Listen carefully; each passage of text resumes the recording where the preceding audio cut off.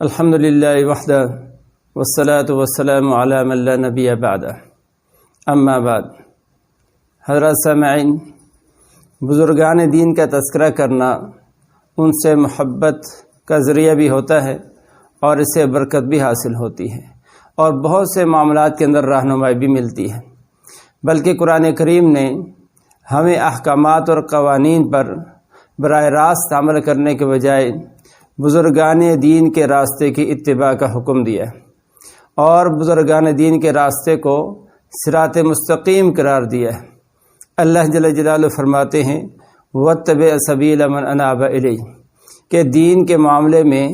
ان لوگوں کے راستے کی پیروی کرو جو ہمارے سامنے جھک کے۔ تو بزرگان دین کا تذکرہ کرنا ان سے محبت کا ذریعہ بھی ہے، ان سے عقیدت کا ذریعہ بھی ہے اور اس سے برکت بھی حاصل ہوتی ہے اور دینی معاملات میں بہت سی رہنمائی بھی حاصل ہوتی ہے اور یہ صراط مستقیم کا ذریعہ بھی ہے۔ لیکن بزرگان دین کے تذکرہ کرنے میں کچھ آداب کا خیال رکھنا ضروری ہوتا ہے اور یہ حضرات انبیاء علیہ الصلوۃ والتسلیمات کا تذکرہ کرتے ہوئے بھی آداب کی رعایت رکھنا ضروری ہے، اور رسول اللہ صلی اللہ علیہ وسلم نے خود بھی اپنا تذکرہ کرتے ہوئے بھی آداب کی رعایت رکھنے کا حکم دیا ہے کہ تاکہ بزرگان دین کا تذکرہ کرتے ہوئے حضرات انبیاء علیہ الصلوۃ والتسلیمات کا ذکر کرتے ہوئے ہم کوئی افراط و تفریط کا شکار نہ ہو جائیں اور کہ ایسی صورت نہ بن جائے کہ محبت اور عقیدت میں بزرگان دین کا تذکرہ کرتے ہوئے حضرات انبیاء علیہ الصلوۃ والتسلیمات کا ذکر کرتے ہوئے ہم کو حدود کو برقرار نہ رکھ سکیں، حدود سے تجاوز ہو جائے، افراط و تفرید ہو جائے اور اسلام کے کسی مسلمہ عقیدے کے خلاف جو ہم سے ذکر ہو جائے، بات نکل جائے۔ تو اس کا خیال رکھنا ضروری ہے، چاہے وہ بزرگوں کا تذکرہ اشعار کی شکل میں ہو اور چاہے نثر کی شکل میں ہو، مدح کسی کی بیان کر رہے ہیں، منقبت کسی کی بیان کر رہے ہیں، تو اس میں افراط و تفرید سے بچنا یہ انتہائی ضروری ہے۔ چنانچہ بخاری شریف کے اندر ایک واقعہ لکھا ہے کہ عید کا دن تھا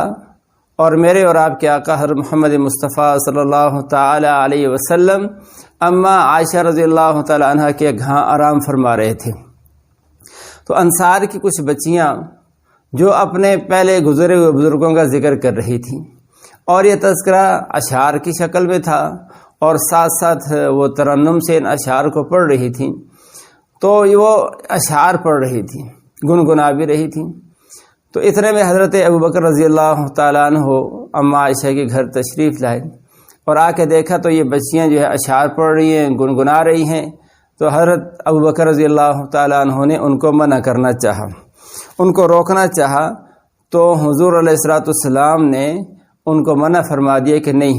یہ بچیاں ہیں، عید کا دن ہے اور یہ اشعار پڑھ رہی ہیں، تو ان کو اشعار پڑھنے دو، جو یہ کر رہی ہیں ان کو یہ کرنے دیں آپ۔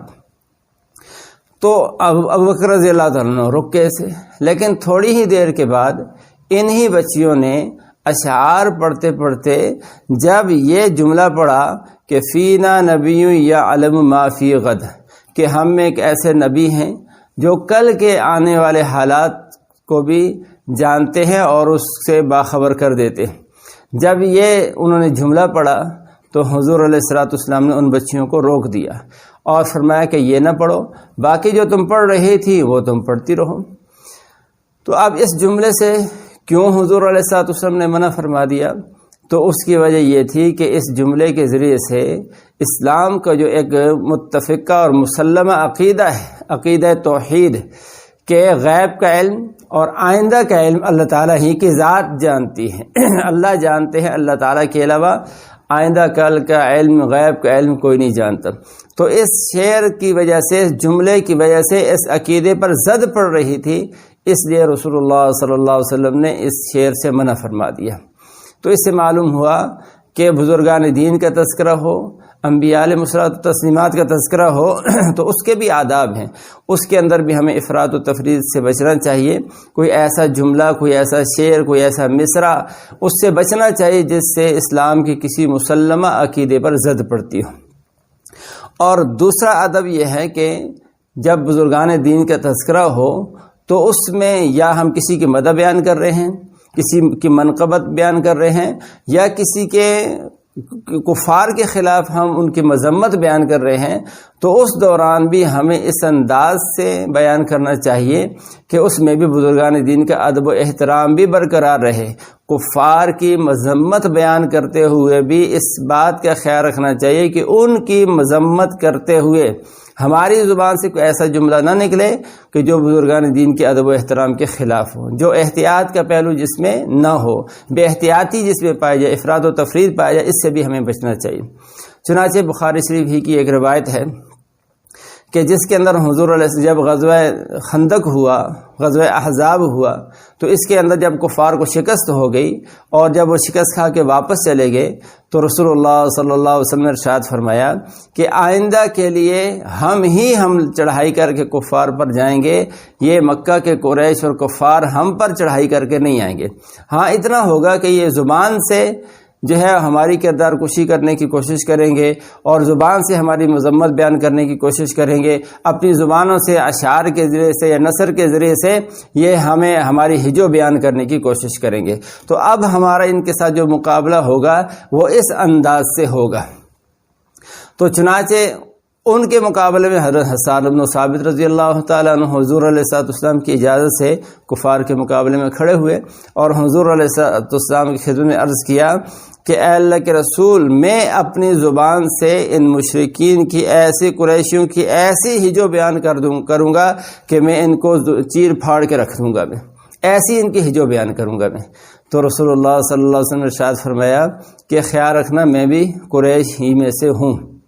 تو مذمت بیان کرتے ہوئے کہ ایسا نہ ہو کہ نادانستہ طور پر بھی کوئی ایسی بات نکل جائے جو میرے ادب کے خلاف ہو، رسول اللہ صلی اللہ علیہ وسلم کے ادب کے خلاف ہو۔ تو اس پر حضرت حسان بن ثابت رضی اللہ عنہ نے عرض کیا کہ اے اللہ کے رسول، میں قریش کی مذمت بیان کرتے ہوئے آپ کو اس سے ایسے نکال لوں گا جیسے آٹے کے اندر سے بال کھینچ کے آہستہ سے نکال لیا جاتا ہے، یعنی مذمت بیان کروں گا ان کی، اور آپ اگرچہ قریشی ہیں لیکن آپ کی مذمت نہیں ہوگی، وہ مشرکین ہی کی مذمت ہوگی۔ لیکن حضور علیہ السلام نے ان کی اتنی بات پر اکتفا نہیں کیا اور ان کے یہ کہنے کی وجہ سے ان کو آزاد چھوڑ نہیں دیا، لیکن ساتھ ہی یہ بھی فرما دیا کہ ابو بکر رضی اللہ عنہ کے پاس بیٹھ کر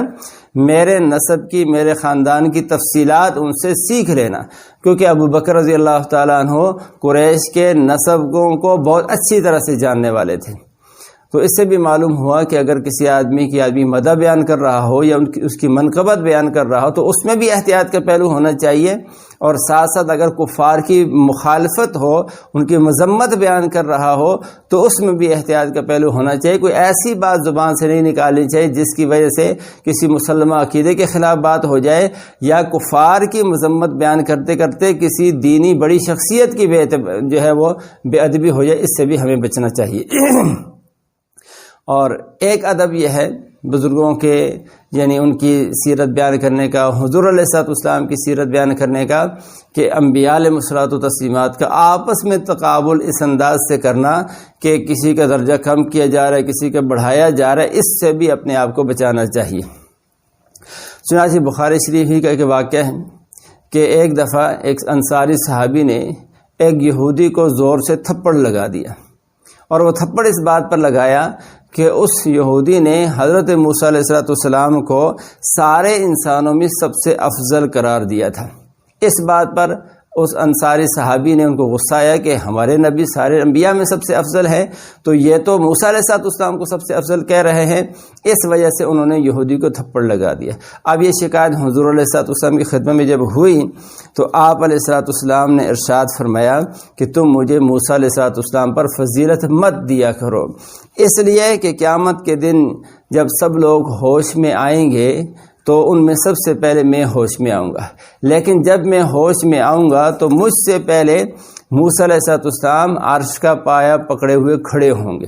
تو ممکن ہے کہ وہ مجھ سے پہلے ہوش میں آگے ہوں، اور یہ بھی ممکن ہے کہ وہ قیامت کے اس وحشتناک منظر میں، حالات میں وہ بے ہوش ہوئے ہی نہ ہوں، اس لیے کہ وہ کوہ طور کے اوپر اللہ جل جلالہ سے جب ہم کلامی کا شرف حاصل ہوا تو اس وقت جلال الہی کی تجلی کو وہ برداشت نہیں کر سکے اور بے ہوش ہو گئے تھے، تو ہو سکتا ہے کہ اس بے ہوشی کی وجہ سے قیامت کے دن کی جو بے ہوشی ہے اس سے ان کو مستثنیٰ کر دیا گیا اور قیامت کے دن وہ بے ہوش نہ ہوں۔ تو یہ حضور علیہ السلام نے فرمایا کہ مجھے موسیٰ علیہ السلام پر بھی فضیلت مت دیا کرو، اور ایک موقع پر آپ علیہ السلام نے فرمایا کہ مجھے یونس ابن متہ رضی اللہ علیہ السلام پر مجھے تم فضیلت نہ دیا کرو، اور ایک موقع پر یہ بھی فرمایا لا تخیرونی من بین الانبیاء، انبیاء علیہ الصلوۃ والتسلیمات کے درمیان مجھے فضیلت نہ دیا کرو۔ تو اس سے معلوم ہوا کہ انبیاء علیہ الصلوۃ والتسلیمات کا تذکرہ بھی اس انداز سے کرنا کہ اس سے دوسرے کسی نبی کا درجہ کم ہو رہا ہو اور اس سے کوئی یعنی نعوذ باللہ نہ چاہتے ہوئے بھی کچھ بے ادبی کا پہلو نکلتا ہو، اس سے بھی آدمی کو بچنا چاہیے۔ اچھا، یہاں تو حضور علیہ السلام نے بھی منع فرمایا کہ مجھے تم جو ہے کہ نبیوں پر فضیلت نہ دیا کرو، اور دوسری طرف جو ہے قرآن پاک کا کے اندر سورہ بقرہ میں 3 پارہ جہاں شروع ہو رہا ہے تو وہاں اللہ جل جلالہ فرماتے ہیں تلک رسول فضلنا بعضهم علی بعض، کہ ہم نے ان رسولوں کو ایک دوسرے پر فضیلت دی ہے، بعض کا مرتبہ ہم نے اونچا کیا ہے، دوسرے بعض سے ہم نے اونچا کیا ہے۔ تو اس سے تو معلوم ہوا کہ انبیاء علیہ الصلوۃ والتسلیمات میں مراتب کا فرق ہے، اور حضور علیہ السلام نے بھی اپنی بہت سی روایات کے اندر وہ اپنی فضیلت جو ہے وہ باقی انبیاء علیہ الصلوۃ والتسلیمات پر بیان کی ہے، اور ہم مسلمانوں کا عقیدہ بھی ہے کہ حضور علیہ السلام جو ہے وہ باقی انبیاء پر اللہ تعالیٰ نے ان کو مقام و مرتبہ عطا فرمائے۔ تو پھر حضور علیہ السلام کیوں فرما رہے کہ مجھے موسیٰ علیہ السلام بھی فضیلت نہ دو اور مجھے یونس ابن متہ علیہ السلام پر بھی مجھے فضیلت نہ دو؟ تو اس کی وجہ شارح بخاری علامہ قسطلانی رحمۃ اللہ علیہ فرماتے ہیں کہ مطلق فضیلت بیان کرنے سے تو منع نہیں کیا گیا کہ آپ علیہ السلام کی مطلقاً فضیلت بیان کی جائے، اس سے منع نہیں کیا گیا، کیونکہ یہ تو عقیدہ ہے کہ علی الاطلاق رسول اللہ صلی اللہ علیہ وسلم باقی تمام انسانوں پر اللہ تعالیٰ نے ان کو فوقیت اور فضیلت عطا فرمائی، اور جو آپس میں جو منع کیا گیا ہے وہ ہے آپس میں تقابل کا پہلو، تو آپس میں تقابل نہیں کرنا چاہیے انبیاء علیہ الصلوۃ والتسلیمات کا بھی۔ تو اس سے معلوم ہوا کہ رسول اللہ صلی اللہ علیہ وسلم کا تذکرہ بھی جب کیا جائے تو اس میں بھی یعنی آداب کا خیال رکھنا ضروری ہے۔ ایک تو کوئی ایسا جملہ، کوئی ایسا شعر، کوئی ایسا مصرع نہیں کہنا چاہیے جو اسلام کا جو مسلمہ عقیدہ توحید ہے اس کے خلاف ہوتا ہو، اور پھر بزرگوں کے تذکرے میں ایسا یا کسی کی مخالفت میں ایسے جملے جس سے بزرگان دین کا جو ہے وہ بے ادبی کا پہلو نکلتا ہو، یا نادانستہ طور پر بھی حضور علیہ السلام کی جو اس سے جو بے ادبی کا یہ شائبہ نکلتا ہو، تو اس سے بھی بچنا چاہیے۔ اور انبیاء علیہ الصلوۃ والتسلیمات کا آپس میں تقابل اس انداز سے کہ اس میں کسی کا درجہ کم ہو رہا ہو، کسی کا بڑھ رہا ہو، آپس میں تقابل نہیں کرنا چاہیے۔ اللہ جل جلالہ مجھے آپ کو ان باتوں پر عمل کی توفیق نصیب فرمائے۔ وآخر دعوانا ان الحمد للہ رب العالمین۔